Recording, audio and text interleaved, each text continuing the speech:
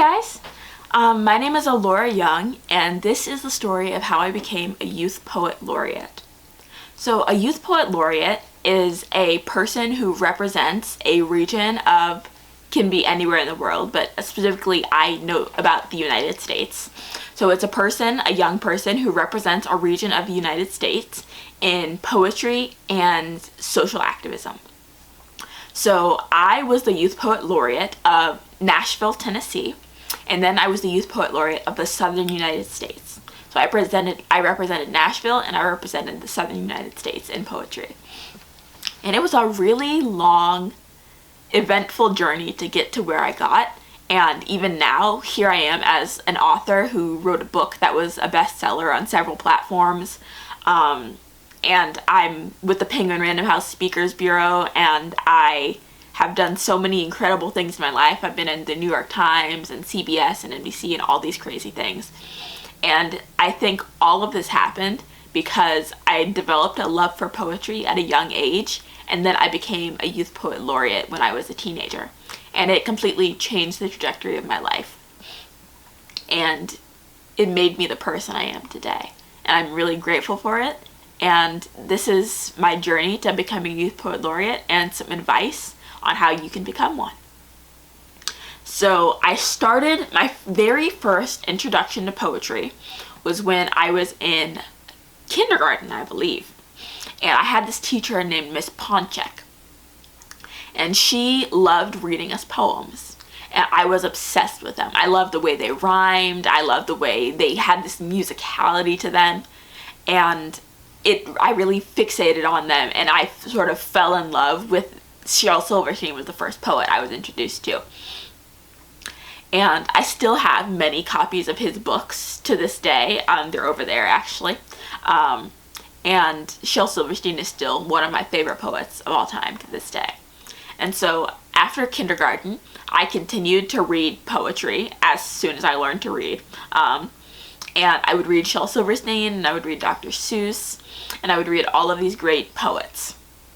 I got to the summer between 1st and 2nd grade, and I moved to Tennessee. And I was really upset about that. And so because I moved to Tennessee, I wrote my very first poem of my own. And I had gotten a songbook for Christmas because from a young age I had always told my parents, "Mommy, I want to be a songwriter." And they were like, "How does she know what a songwriter is?" And that's a really good question. I still don't know. But I did, and I was very passionate about becoming a songwriter. So I wrote my first song, which was really a poem because I didn't know any instruments. And it was called "Stars of Sorrow, See You Tomorrow."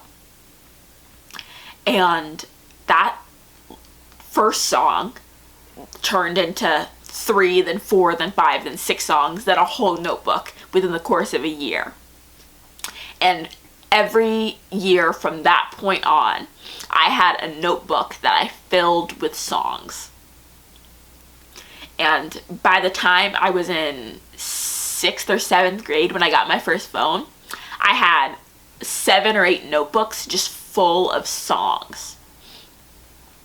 And I got my first phone, and I started my first Google Drive account, and I started writing my songs and poems in Google Docs. And then that takes me to 7th grade. And during 7th grade, there was a talent show. And I wanted to be in it, and I wanted to read something that I had written. So I wrote a poem called Plain Jane. And it was about how when a girl becomes beautiful or perceived as beautiful for the first time, everything about how the world views her changes. And the opening line was, "It's a sad day when a plain Jane's daydream of being beautiful is realized." And that was my first performance poem. And I got up on stage and I performed it at the talent show. And the feeling that performing on stage gave me, it rewired my brain. Like, it was like, what is this? It was addicting. And from that point on, I've taken every opportunity I can to get up on stage and read a poem because it's just electricity. It's like it's a revelation. It's a revelatory experience. And after that, I went to 8th grade and I did a musical. And I was one of the lead characters in a musical, and it just enhanced my love of being on stage and performing for an audience. And then I went to 9th grade and I was in another play, and I competed in my first slam. So that slam was run by Southern Word, which is the local branch of Urban Word, which runs the National Youth Poet Laureate competition. And I competed in that slam with my 2 friends. We made a team at the last minute, and we competed like randomly because we were like, we're gonna do a competition, and they were like, yeah. And this teacher I had, my freshman year of high school, was like, does anybody want to be on a spoken word team? And I was like, absolutely. So it was me and 2 other kids, and we competed, and we came in 3rd place. And that was also like a crazy experience because it was my first ever slam, and I met so many amazing young poets, and I came in 3rd place. I was like, it blew my mind. And so from that point, I decided I wanted to be a Youth Poet Laureate, because from that competition I heard about this thing called the Youth Poet Laureate competition, and I was like, I want to do that.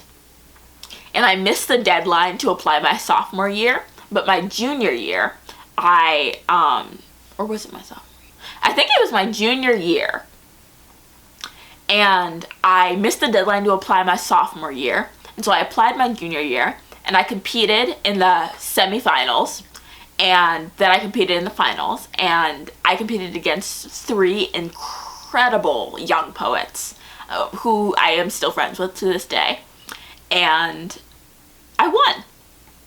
And I cried, and I was so happy, and I went to a party that night, and apparently all of my family who had come to see me perform went out to dinner and like had a celebratory dinner without me because I decided to go to a party instead. And it was the first time that I won a competition. And it made me realize that poetry was something I could actually do as a career, and that it wasn't just a pipe dream. And the feeling that I could actually make my life around poetry was the best feeling in the world. And it was something I so desperately wanted. I wanted to be a poet. I wanted to be a writer so bad, but I didn't think it was viable. So I'd always said I was going to be a lawyer because I thought that was a more reasonable career. But winning the Youth Poet Laureate competition sort of lit a fire in me. Well, that fire was already there, but it burned a lot brighter after that competition. And it made me sort of understand that I could be a writer as a career. And that fundamentally changed my life. And then that year, the pandemic hit. And I did all these events and all these performances during COVID.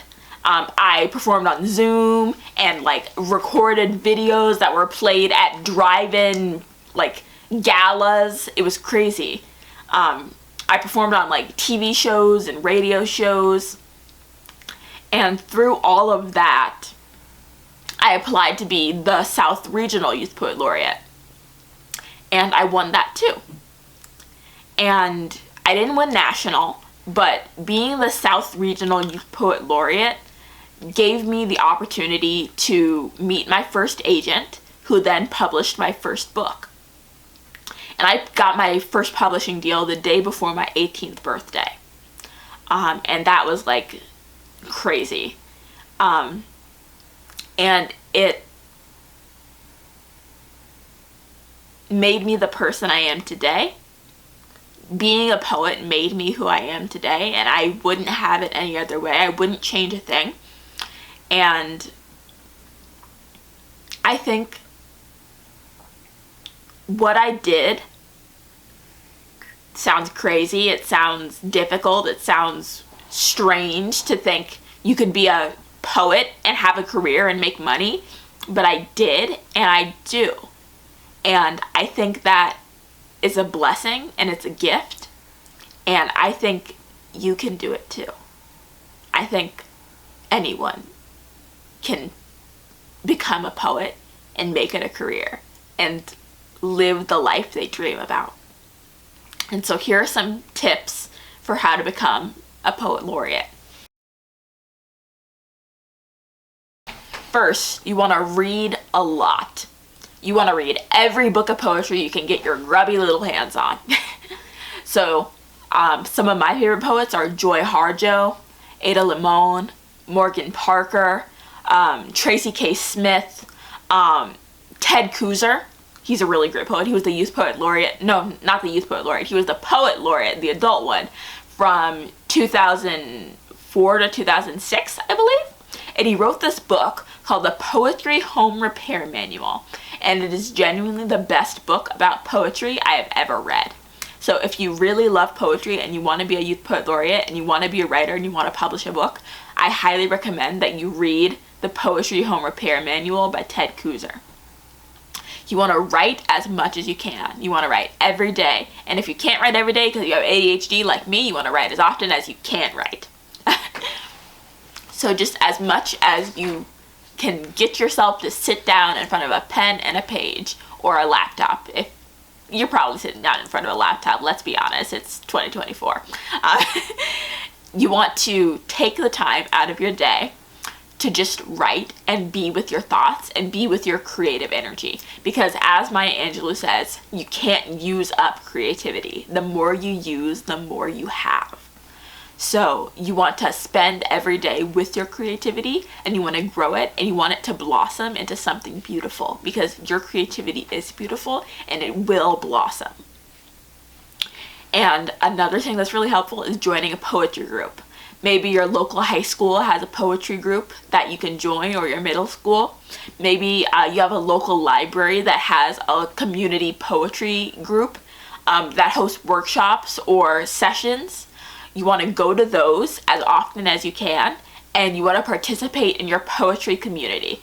I promise there's someone near you who runs a poetry workshop or who does something in poetry, and there are so many summer camps, so many incredible summer camps that can help you become the poet you always dreamed of being.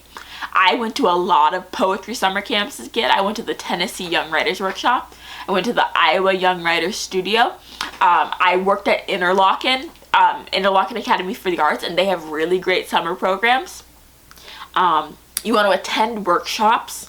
You want to try and get up on stage and perform at open mics, because that's how you build a community of writers. That's how you build a following, and that's the best way to become a professional poet, is to actually get out there and do the work and perform and get on stage and just take it by the horns and keep going.